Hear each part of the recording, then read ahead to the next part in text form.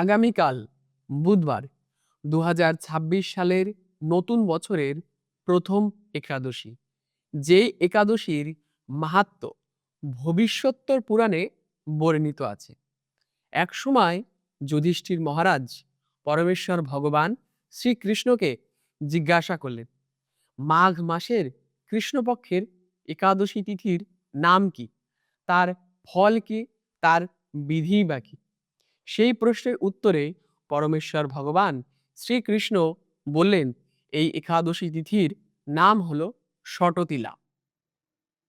একসময় দালব্য ঋষি মুনিশ্রেষ্ঠ পুলস্ত্য ঋষিকে জিজ্ঞাসা করলেন, মর্তলোকের মানুষেরা ব্রহ্মহত্যা, গোহত্যা, অন্যের সম্পদহরণ প্রভৃতি বিভিন্ন ধরনের পাপ করে এবং এর ফলে তারা নরক যন্ত্রণা ভোগ করে।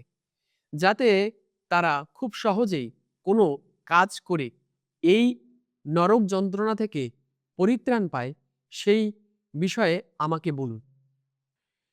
ঋষি পুলস্ত্য বললেন, তুমি একটি উত্তম বিষয়ে প্রশ্ন করেছ।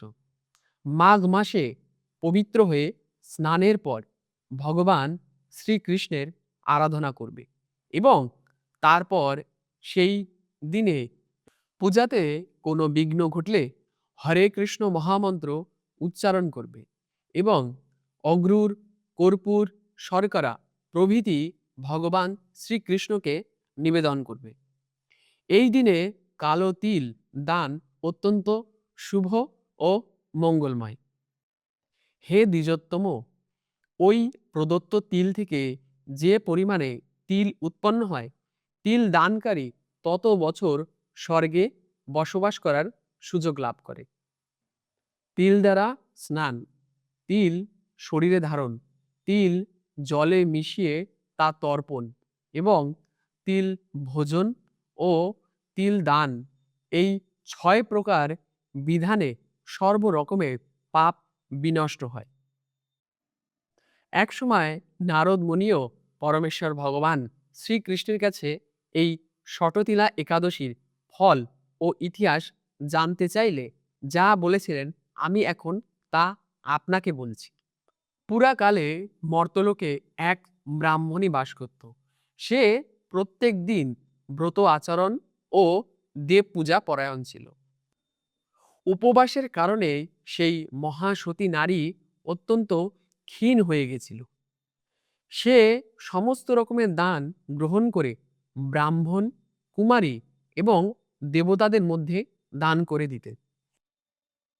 কিন্তু সেই মহাসতী ব্রাহ্মণী ভিক্ষুকদের ভিক্ষাদান এবং ব্রাহ্মণদের কখনো অন্নদান করেননি।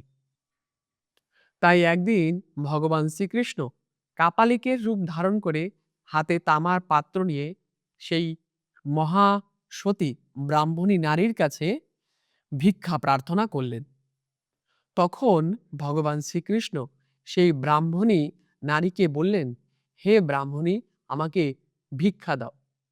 তখন সেই মহাসতী নারী অত্যন্ত ক্রুদ্ধ হয়ে মাটির একটি ঢেলা নিক্ষেপ করলে তখন ভগবান শ্রীকৃষ্ণ সেখান থেকে চলে যান।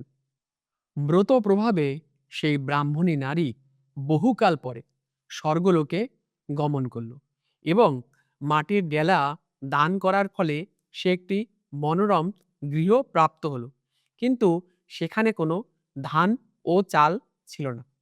তখন সেই ব্রাহ্মণী নারী ভগবান শ্রীকৃষ্ণের কাছে গিয়ে জিজ্ঞাসা করলেন, আমি ব্রত, কৃচ্ছ সাধন ও উপবাসের মাধ্যমে জনার্দনের সেবা করেছি, কিন্তু আমার ঘরে কোনো ধান ও চাল নেই কেন? তখন ভগবান শ্রীকৃষ্ণ সেই ব্রাহ্মণী নারীকে বললেন, দেবতাদের পত্নীরা যখন শুনবে একজন মানব তার সশরীরে এই স্বর্গলোকে এসছেন, তখন তারা তোমাকে দেখতে আসবেন। তুমি ততক্ষণ দরজা খুলবে না যতক্ষণ তাদের মধ্যে কেউ একজন ষটতিলা একাদশীর ফল না প্রদান করে। এরপর দীপপত্নীরা তার দর্শন প্রার্থনা করল এবং যখন তারা জানতে পারলেন যে ষটতিলা একাদশীর ফল কেউ দান করলেই তিনি দর্শন দেবেন, তখন সেই কথা শুনে একজন দেবপত্নী তার ষটেতিলা একাদশীর পূর্ণ ফল তাকে দান করলেন। এর ফলে সেই মানব শরীর দিব্য শরীর প্রাপ্ত হলো এবং তার যে গৃহ ধনধান্যে ভরে গেল। এরপর দ্বার উদ্ঘাটন হলে দিব্য কান্তি বিশিষ্টা সেই নারীকে দেখে তারা বিস্মিত হলেন। তখন ভগবান শ্রীকৃষ্ণ নারদ মুনিকে বললেন যে অতিরিক্ত বিষয় বাসনা করা উচিত নয়। ষটতিলা ব্রতের প্রভাবে দারিদ্রতা, শারীরিক কষ্ট প্রভৃতি বিনষ্ট হয়। এই বিধি অনুসারে তিল দান করলে মানুষের সমস্ত রকমের পাপ বিনষ্ট হয়।